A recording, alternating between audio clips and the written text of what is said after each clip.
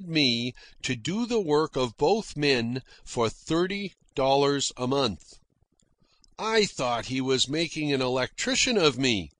In truth and fact, he was saving $50 a month operating expenses to the company.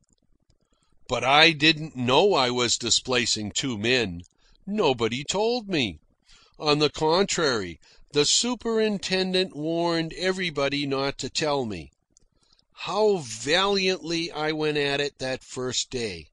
I worked at top speed, filling the iron wheelbarrow with coal, running it on the scales and weighing the load, then trundling it into the fire room and dumping it on the plates before the fires.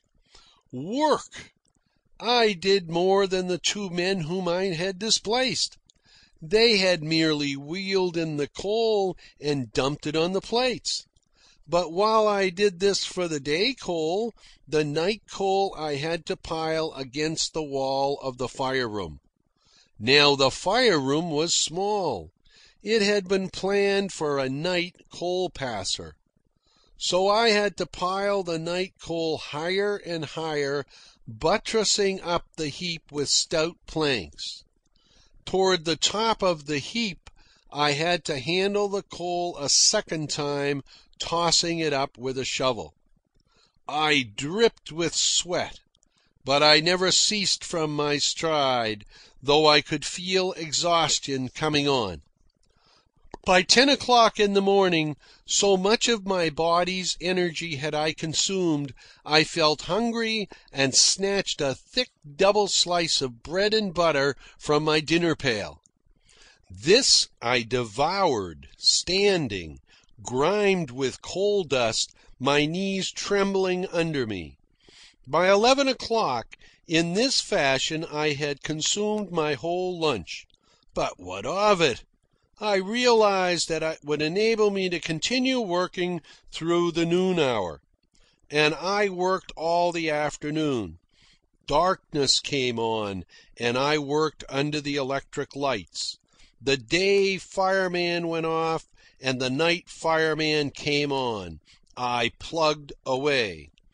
At 8:30, famished, tottering, I washed up, changed my clothes, and dragged my weary body to the car.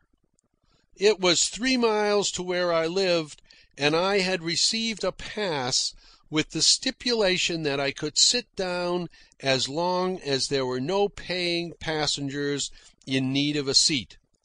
As I sank into a corner outside seat, I prayed that no passenger might require my seat.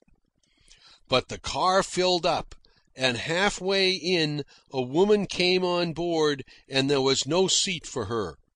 I started to get up, and to my astonishment found that I could not.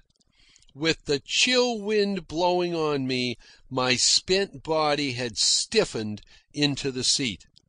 It took me the rest of the run-in to unkink my complaining joints and muscles and get into a standing position on the lower ramp.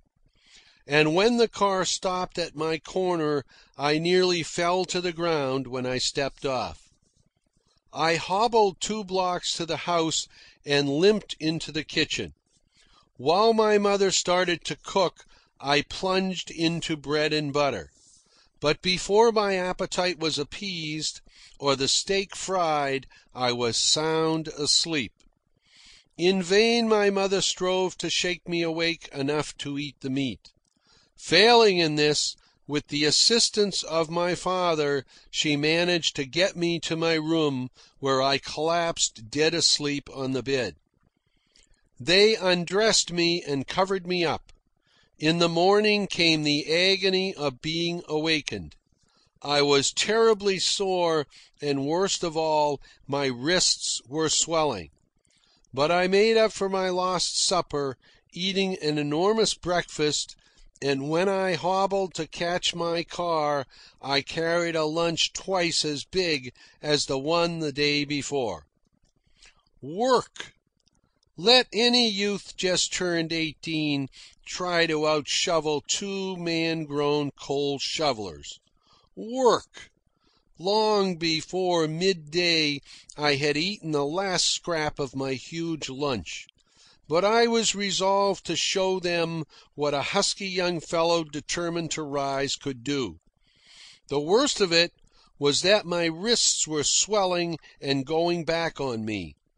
There are few who do not know the pain of walking on a sprained ankle.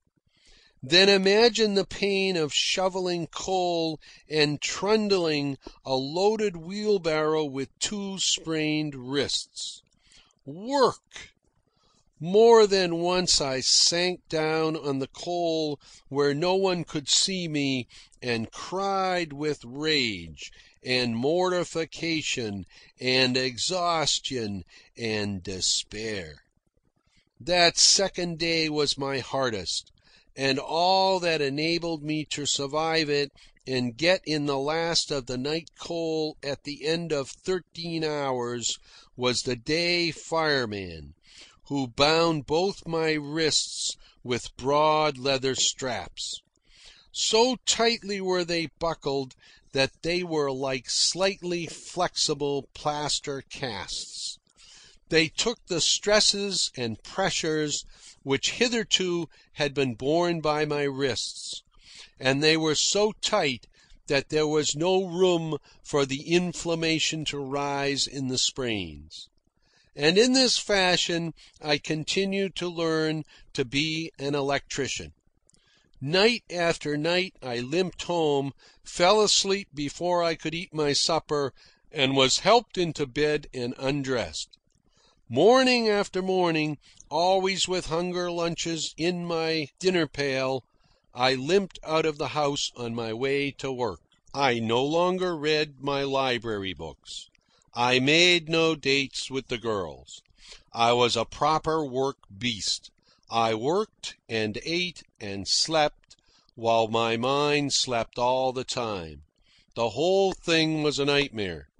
I worked every day, including Sunday, and I looked far ahead to my one day off at the end of a month, resolved to lie abed all that day and just sleep and rest up.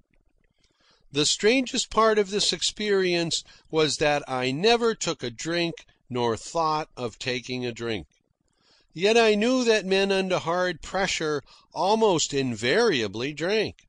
I had seen them do it, and in the past had often done it myself. But so sheerly non-alcoholic was I that it never entered my mind that a drink might be good for me. I instance this to show how entirely lacking from my make-up was any predisposition toward alcohol.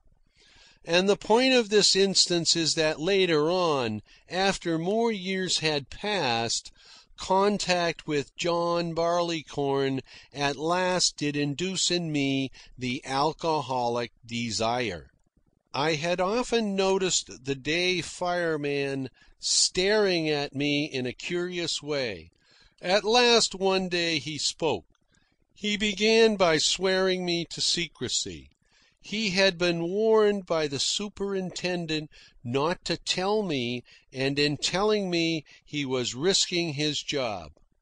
He told me of the day coal passer and the night coal passer, and of the wages they had received. I was doing for $30 a month what they had received $80 for doing. He would have told me sooner, the fireman said, had he not been so certain that I would break down under the work and quit. As it was, I was killing myself, and all to no good purpose. I was merely cheapening the price of labour, he argued, and keeping two men out of a job. Being an American boy, and a proud American boy, I did not immediately quit. This was foolish of me, I know. But I resolved to continue the work long enough to prove to the superintendent that I could do it without breaking down. Then I would quit, and he would realise what a fine young fellow he had lost. All of which I